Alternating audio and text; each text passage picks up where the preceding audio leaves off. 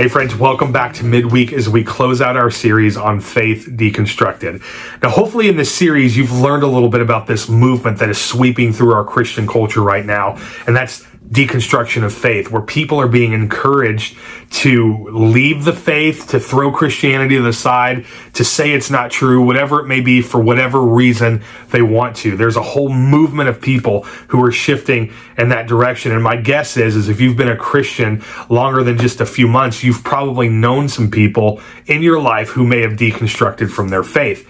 Now, you may not have heard it that way before, or even what this whole movement is about, but you've probably had people in your life who are close to you, whether a friend, a parent, a sibling, a child, whatever it may be, who just kind of came to you in a different format and just said, hey, this whole Christianity thing just isn't for me. That's a deconstruction of the faith.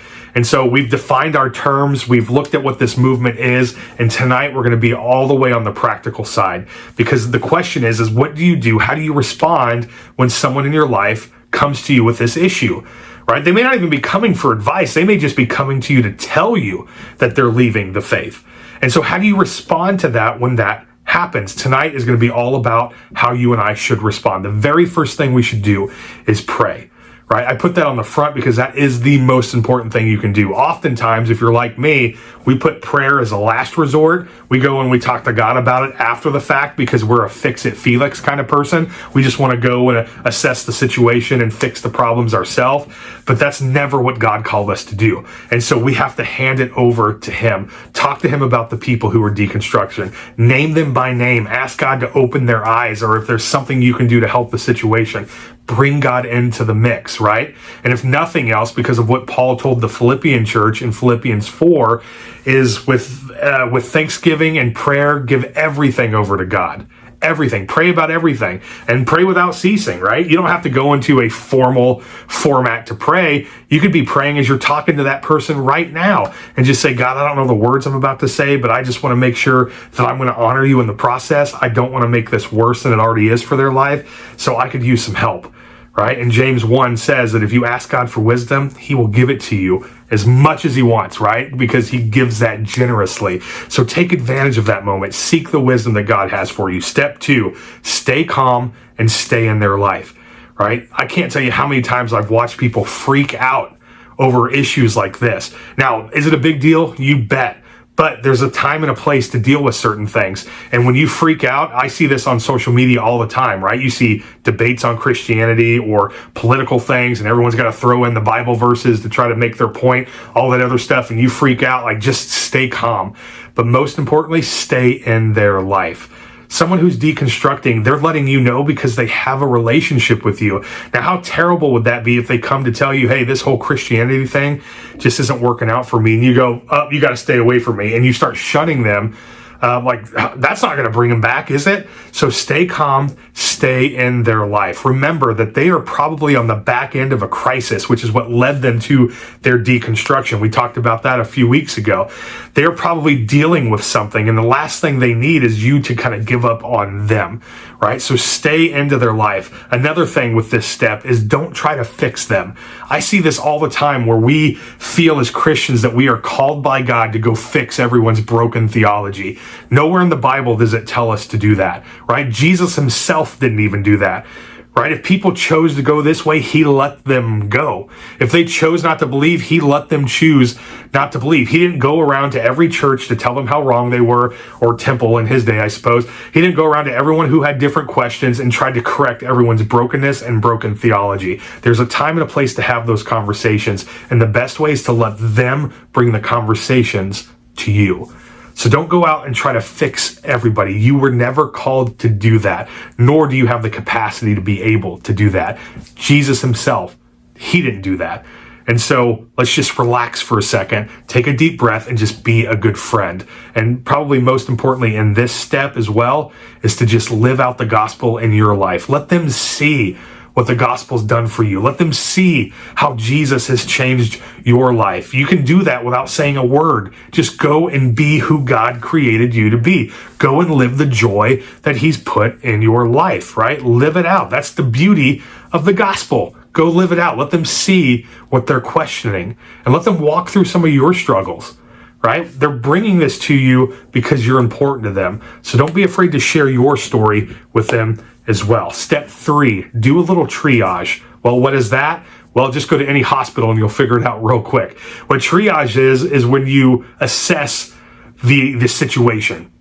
Right? So if they're coming to you or you notice, hey, there's a lot of brokenness, remember, they're coming from a crisis most likely, and there's a reason behind their deconstruction. So there are going to be a lot of moving pieces, a lot of moving parts. To best illustrate triage, I can tell you my own experience. I've been in the hospital a handful of times over my lifetime. And when you go into the ER, the first thing they're going to do at the front desk is they're going to assess the seriousness of your injury. Right? Because people go to the ER for everything, for a sore throat all the way to their arm falling off. And so when they see you at the front desk, they're hearing the symptoms, they're hearing what's going on, and they're assessing it right away to figure out where the priorities are on the list, and that's where they place you. Over the summer, when I went septic and ended up losing my toe and all that crazy stuff that happened, when I went septic, it put me at the top of that list. I bypassed like 30 people in the waiting room because they assessed the situation and they're like, this dude's about to have a heart attack. We have a whole protocol for this. They put me in a room and they started moving. They didn't even mess with my foot and for like 2 days after the fact because that's what they were doing. Triage is exactly that. So when people are coming to you into your life and they're deconstruction or they're bringing this to your attention, that they're walking away from the faith, after you've prayed about it, after you've stayed in their life and you stayed calm about it, start assessing the situation. Figure out what areas you need to hit with a high priority and what areas you can kind of back off on, and allow those conversations to develop and just start slowly working your way through it, and you'll get there, right? Just because it's a low priority doesn't mean it's important. Don't miss that.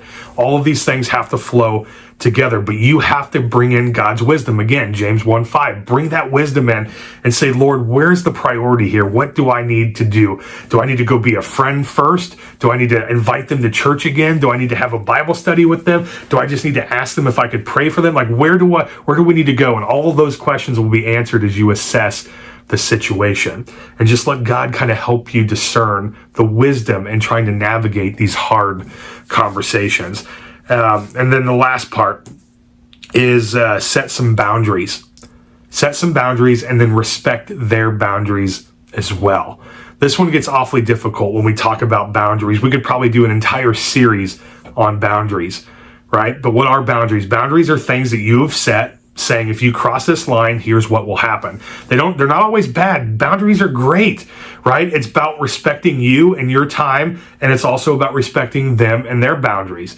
You know, if you've got a date with your wife set every Thursday night and they call you on Thursday night saying, hey, I want to talk about this, that's already been known to them. Like, hey, Thursday nights, I can never meet. I go on a date with my wife, whatever it may be. And so if you call on a Thursday, I will not be available, but I do want to continue these conversations. I do want to continue to invest in your life, and make sure that if you tell them, hey, Thursdays aren't good, but I can do Saturday night, then you better be available, set something up for Saturday night, because the worst thing is when they find out that you're unreliable or that you can't be trusted.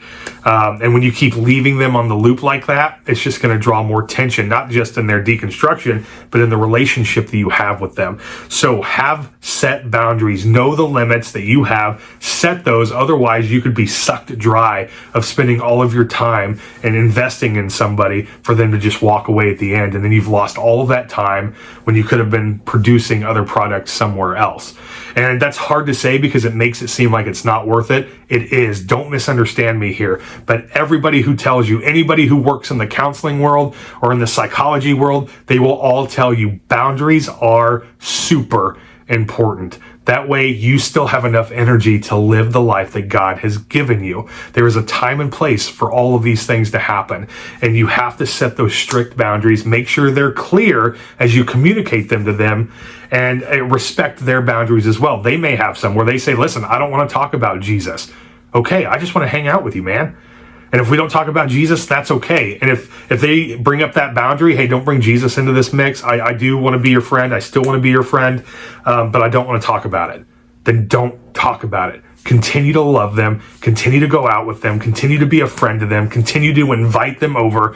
Whatever relationship you had with them, continue that with them and respect their boundary. I promise you, at some point, if they continue to see it in you, they will eventually bring up the question. And so I hope that within those 4 areas, that if you do those well, not only you're going to help them see a different side of Christianity in you, but you're going to make them re-question whether this deconstruction thing is even worth their time. And hopefully, as the Bible tells us over and over, when you love people well and you walk into their world and you get to know them in a deeper, intimate level, you can pull them out of the darkness. So I promise you, these conversations will come, but we have to be willing to pray about it. We have to stay calm and stay in their life. We have to assess the situation, do a little triage, and we have to be willing to set boundaries and respect theirs as well. This is the hard part about being a Christian sometimes, is people end up walking away. But if we regroup, if we take a moment, we bring God into the equation, maybe, just maybe, we might be able to help people get back. So friends, I hope that this series has been informative for you. I hope that it's challenged you to think through these things a little bit. And if nothing else, hopefully you have an answer, as Peter says, to the questions that people come to ask you. Now, as we move on through the rest of the year, we're going to start next week in a sermon series, a midweek series on hermeneutics, which is a fancy way of saying, how do we interpret the Bible? And I'm really excited to take you on that journey. So I hope that you'll join us as we get that started next Wednesday. Have a great week, friends.